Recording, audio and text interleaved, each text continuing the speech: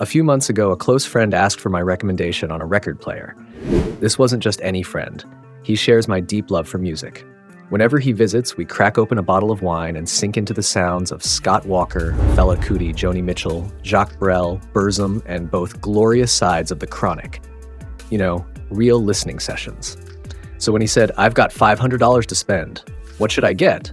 I paused.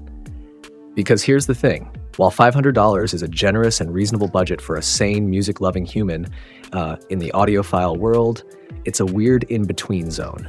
You can't exactly dive into the boutique high-end waters, but you definitely deserve better than whatever's gathering dust at Urban Outfitters. Enter the Evo.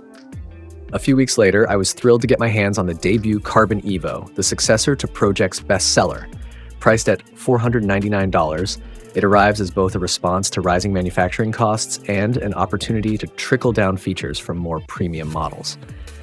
As Jeffrey Coates of Sumiko, Pro-Ject's US distributor, told me, we didn't want to raise the price without offering more. And more is exactly what they delivered. Setup? Surprisingly simple. Let me admit something. I find a turntable setup to be a special kind of tedium, somewhere between doing taxes and scrubbing grout. But the Evo? It was almost pleasant. The assembly process, guided by a large, clearly illustrated poster, took me just 30 minutes. That's a personal best. Pro-Ject has clearly refined the experience here. Cartridge alignment was nearly perfect right out of the box. The tone arm features a neat little screw for azimuth adjustment, and the bearings, synthetic sapphire, feel rock solid. The 3.75 steel platter, now damped along the edge, is impressively stable. Watching it spin is like watching a meditation wheel. It barely looks like it's moving. Even the included phono cable feels a cut above the usual bargain bin interconnects. Pro-Ject Debut Carbon Evo pros and cons. Pros: satisfying sound, delivers a genuinely enjoyable listening experience. User-friendly, doesn't require extensive audio knowledge or tinkering to operate.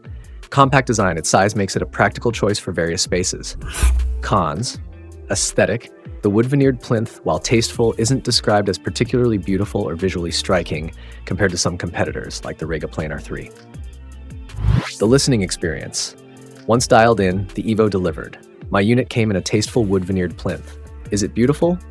Not exactly. It doesn't have the visual flair of a Rega Planar 3, but it's quietly competent, focused, and, dare I say, zen.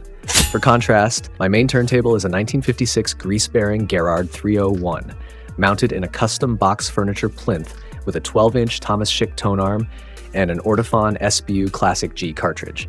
It's a masterpiece and a maintenance-heavy diva. Setting it up took months of research, rare tools, obscure forum posts, and a few gray hairs. The Pro-Ject Debut Carbon Evo, on the other hand, asks very little of you.